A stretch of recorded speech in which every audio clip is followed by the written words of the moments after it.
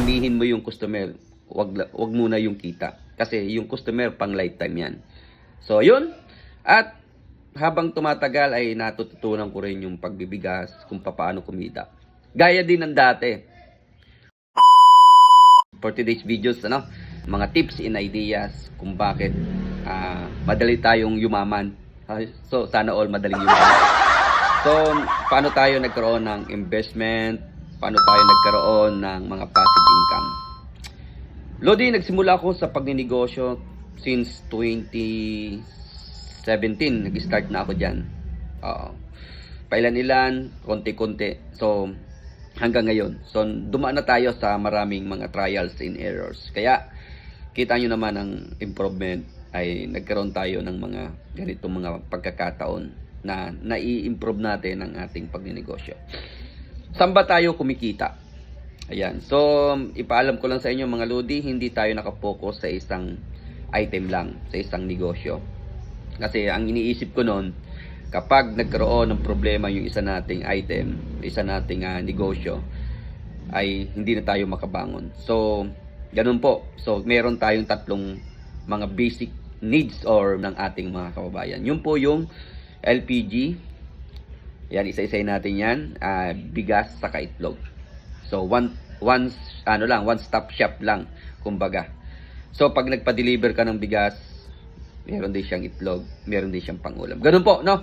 So, ang una kong negosyo, mga Lodi, sagutin natin yan muna. Ito, isa-isay natin ang LPG business. So, ang tanong, maganda ba ang kitaan sa negosyong LPG? So, ngayon po, napakahirap dahil kailangan mo na ng mga requirements dyan, DTI, BAR. So, maliit na rin po ang kitaan, unlike before na talagang hindi pa mahigpit nun. So, naisip ko hindi lahat ng oras o pagkakataon ay yung po yung ang ating negosyo. Naisip ko noon kapag nagkaroon ng katulad nga, competition nga, marami ng alam nila na maganda yung kitaan sa LPG. Yung iba ay yung mga dating tauhan mo, nagtatayo na rin. Kaya halos dito na lang tabi-tabi na kami ditong nagagas. So, ganun ang competition, So, merong mangyayari na dati malakas ka, ngayon ay mahina na. Dahil nga po sa demand or sa mga kompetensya. So, pababaan, price war. So, ano mangyayari?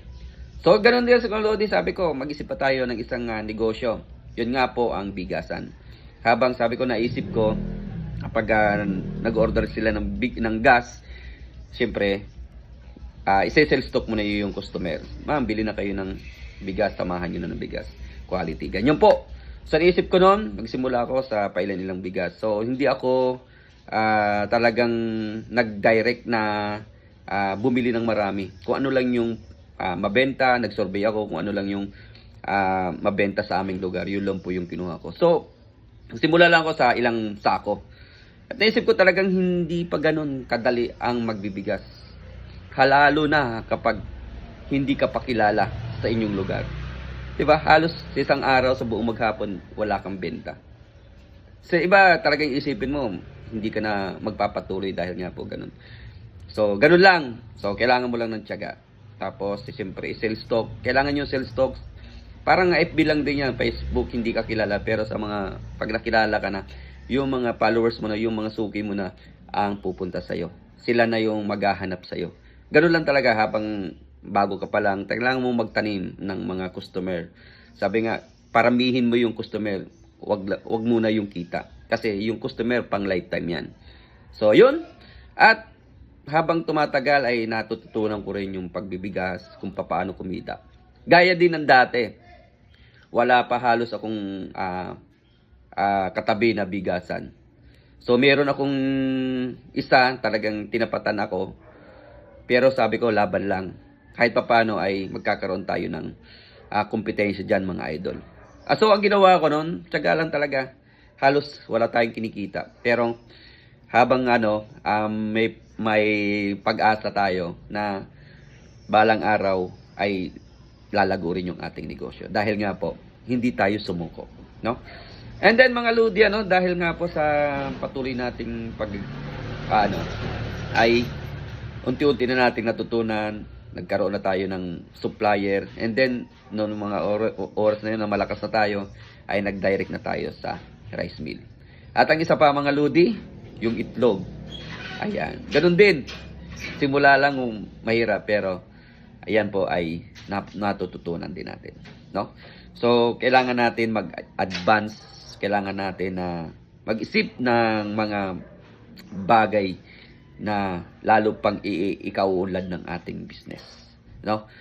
So, yun po yung maipapayo natin sa mga ka-tenants natin. Huwag po kayo mag-isip ng isang negosyo lang. Kailangan may pang-alternate kayo. Once na mapilyon nga po yung isang negosyo nyo, ay meron pa kayong isa pang negosyo. No? So, hindi lang yan. So, ayan yung po yung bakit tayo biglang yumaman. Hindi naman ta ganun. Meron lang kahit pa paano isapat na rin na makapag-retire sa ganitong uri ng negosyo. Yan. So, marami pa tayong ibabahagi sa inyo mga ka-tenants, mga video, mga tips and ideas sa negosyo. Ay subaybayan nyo pa ang aking mga videos and reels. Paki-like and share na rin ang ating mga page, ang ating mga content, ang ating mga video para updated po kayo sa ating mga latest upload, no? So, kung kayo po ay willing mag-subscribe, subscribe na po nyo si Tenants Ray Rice. Doon po kayo sa legit na may napatunayan na sa buhay. Maraming salamat sa panonood and God bless you sa atin.